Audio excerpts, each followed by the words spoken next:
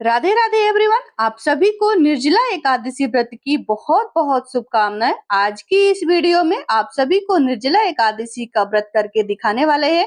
इस दिन व्रत कैसे किया जाता है, व्रत के क्या नियम होते हैं और हमें क्या क्या इस दिन दान करना चाहिए, संपूर्ण जानकारी बताने वाले हैं। और बहुत ही सरल वीडियोस आपके सामने मैं लेके आई हूँ, वीडियो को अंत तक जरूर देख लीजिएगा। देखिए, निर्जला एकादशी व्रत जो होता है वो बहुत ही कठिन व्रतों में से एक माना जाता है। अगर साल में एक भी निर्जला एकादशी का व्रत नहीं करते हैं और सिर्फ एक एकादशी का व्रत कर लेते हैं तो आपको पूरे साल का पूर्ण फल प्राप्त हो जाता है। तो देखिए, यहाँ पे निर्जला एकादशी जिस दिन होगी उस दिन ब्रह्म मुहूर्त में सुबह सुबह स्नान आदि करने के बाद आपको पीले रंग के वस्त्र धारण कर लेने हैं। जो भी आपको अच्छा लगे वस्त्र धारण करें। और देखिए, कहीं भी एक चौकी लगा लीजिए, पीले रंग के आसन बिछा लीजिए। मंदिर में जगह है तो मंदिर में भी आप ये पूजन बहुत ही सरल तरीके से कर सकते हैं। तिलों का आसन देते हुए श्री हरि विष्णु जी के किसी भी स्वरूप को आप उस दिन विराजमान कर दें। तिलों का आसन, फूलों का आसन देते। और सर्वप्रथम गणेश जी का पूजन किया जाता है किसी भी व्रत में, तो यहाँ पे हम गणेश जी को भी तिलों का आसन देके यहाँ पे विराजमान कर देंगे। उसके बाद देखिए, सभी को जल के छींटे देते हुए हम यहाँ पे भाव स्वरूपी स्नान करा देंगे। अगर विग्रह है तो उस दिन उनको पंचामृत स्नान कराए या फिर कच्चे दूध से स्नान कराए। उसके बाद देखिए, हम यहाँ पे दीपक प्रज्वलित करेंगे। तो दीपक प्रज्वलित करने से पहले आपको क्या करना है, कलश का पूजन किया जाता है। देखिए, मिट्टी से भरे हुए जल का दान किया जाता है। देखिए, मिट्टी के कलश का उसमें जल भर के मीठे जल का दान करने का विशेष महत्व बताया गया है निर्जला एकादशी पे। तो देखिए, यहाँ पे हमने मिट्टी के कलश ले लिए हैं, उसको हम अच्छे से साफ कर लेंगे। देखिए, यहाँ पे साफ करने के बाद उसमें हम जल भर देंगे। देखिए, जल आप वो भरिएगा जो आप पीते हैं, क्योंकि ये जल दान किया जाता है। जल दान करने का मतलब महादान बताया गया है। निर्जला एकादशी एक ऐसी कठिन व्रत है, बिना जल का वो व्रत किया जाता है। इस दिन उसमें भर के मीठे जल का दान किया जाता है। तो देखिए, जल ऐसा भरिएगा जो लोगों को पसंद आए, यानी कि पीने योग्य हो। उसके बाद पूजा का पूर्ण फल आपको मिलेगा। उसके बाद देखिए, हम यहाँ पे दीपक प्रज्वलित करेंगे। यहाँ पे मैं घी के दीपक जला रही हूँ, आप तिल के भी दीपक जला सकते हैं। वस्त्र स्वरूपी कलावा हम गणेश जी को समर्पित करेंगे। और जनेऊ है तो यहाँ पे जनेऊ समर्पित कीजिएगा, क्योंकि साल में एक बार आने वाली एकादशी को थोड़ा विशेष बना दीजिएगा। और देखिए, यहाँ पे हम वस्त्र स्वरूपी कलावा श्री हरि विष्णु जी को समर्पित करेंगे। यहाँ पे हम उनको जनेऊ समर्पित करेंगे। यहाँ पे अगर आपने वस्त्र लिया है पीले रंग का तो पीले रंग का वस्त्र भी आप समर्पित कर सकते हैं।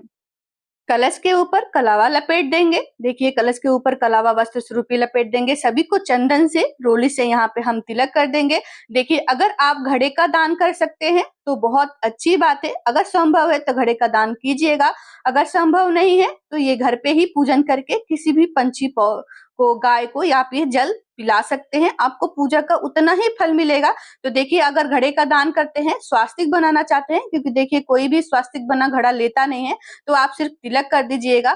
और देखिए, मीठे जल का दान किया जाता है तो यहाँ पे मैंने थोड़ा सा शक्कर ले लिया है। थोड़ा सा शक्कर हम जल में डाल देंगे, क्योंकि मीठे जल का दान किया जाता है।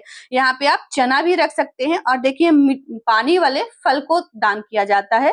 तो यहाँ पे मैं तरबूज यानी कि खरबूजा रख रही हूँ, या खरबूजा रख दीजिएगा, या फिर खीरा, ककड़ी, जो भी पानी वाले फल होते हैं। यहाँ पे आप नारियल भी दान कर सकते हैं, पानी वाले नारियल दान कर दीजिएगा। जो भी पानी वाले फल है, यानी कि गर्मियों में ठंडी देने वाली सूक्ष्म रूप से जो वस्तुएं होती है, उन सभी चीजों का दान किया जाता है। सभी को हम यहाँ पे फूल समर्पित कर देंगे। फूलों की माला है तो आप वो भी समर्पित कीजिएगा। गणेश जी के लिए हम अलग से भोग रखेंगे बिना तुलसी दल पत्र के। यहाँ पे देखिए, ड्राई फ्रूट का भोग हम समर्पित करेंगे श्री हरि विष्णु जी को। यहाँ पे आप बाजार से कोई भी मिठाई समर्पित कर सकते हैं। यहाँ पे मिश्री समर्पित करेंगे, बतासे समर्पित कर सकते हैं। देखिए, व्रत में आप जो खा सकते हैं वो सारी चीजें आप यहाँ पे भोग लगा सकते हैं। और देखिए, निर्जला एकादशी पे कच्ची कैरी का भोग लगाया जाता है, क्योंकि इसी मौसम में निर्जला एकादशी पड़ती है। क्योंकि अधिक मास की वजह से ये एक महीना बढ़ गया है, तो इसलिए आप कच्ची कैरी मिल जाए तो उसका फल भोग समर्पित कीजिएगा। और ऋतु फल में आम का भोग, केले का भोग, आप जो भी इस समय आप भोग समर्पित करना चाहते हैं, फल में जो भी आपको मिल जाए वो फल समर्पित करेंगे। और यहाँ पे दान के लिए कुछ दक्षिणा रख लेंगे। आप अपने यथासमर्थ जो भी आपको दान मिल जाए आप यहाँ पे दान कर सकते हैं। अलग से लोटे में हम जल रख लेंगे, ये सूर्य देव को हम अर्घ दे देंगे। उसके बाद देखिए, हम सभी को यहाँ पे तिल समर्पित करेंगे, क्योंकि एकादशी पे तिल का विशेष महत्व होता है।